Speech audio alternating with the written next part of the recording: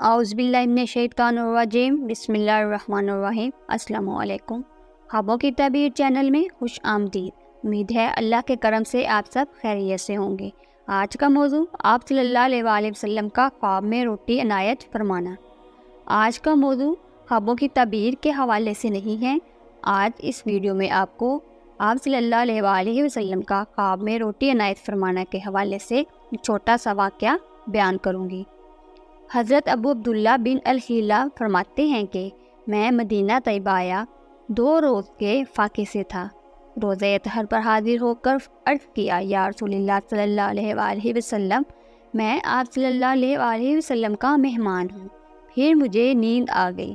خواب میں دیکھا آپ صلی اللہ علیہ وآلہ وسلم نے مجھے ایک روٹی عنایت فرمائی ہے۔